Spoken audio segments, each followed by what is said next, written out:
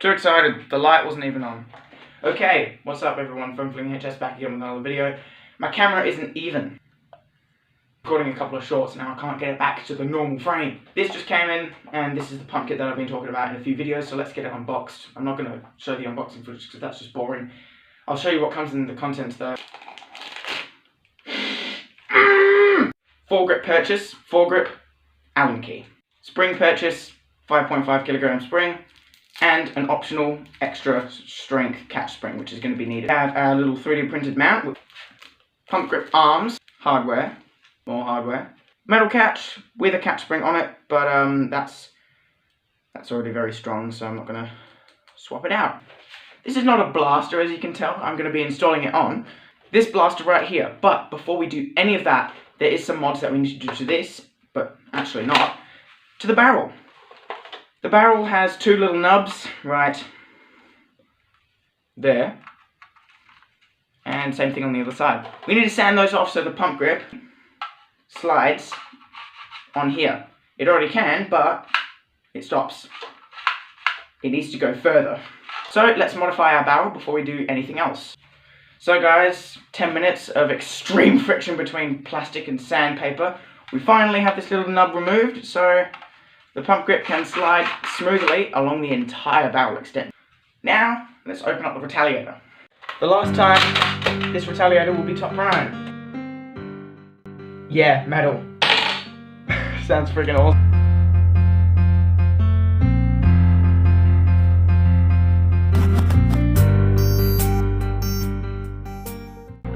What I mean by unscrewing, just taking apart the Retaliator like you normally would.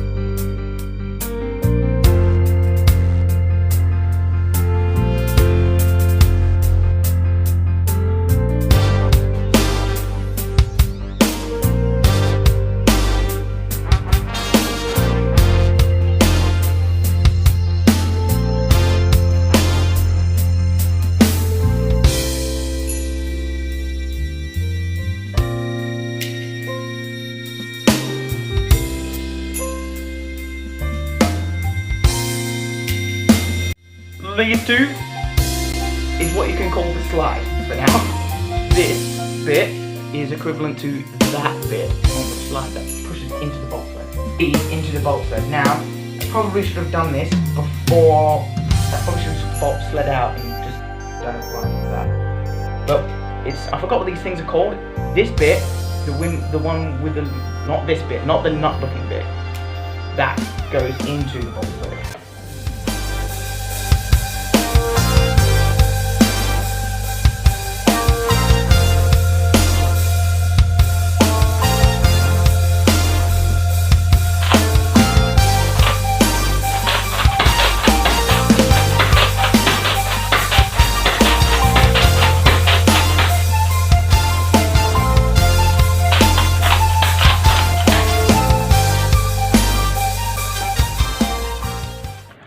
I brought a stock blaster, this is not a Retaliator, but it's almost the same as a Retaliator.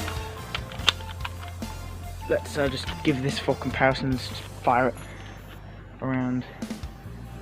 I'd say that we won't go full angled, we'll go slightly like that. You have to kind of lob the dart in, but if you didn't see, it landed at the end of the driveway, just like maybe half a meter away from the tiny fence. Let's see how this goes. We got a mag. That's not the blaster, that's the mag. Kmart dart. Let's see. Let's go flat first. It goes further flat. Elite darts go further. Let's go flat. I'm aiming it over near the grass. See how much the Elite Dart fishtails. It's not meant to be fired at that high velocity. So angled. Probably not going to see this dart again. So it landed in the middle of the road. Take that Ultra. It's probably going to run over my dart.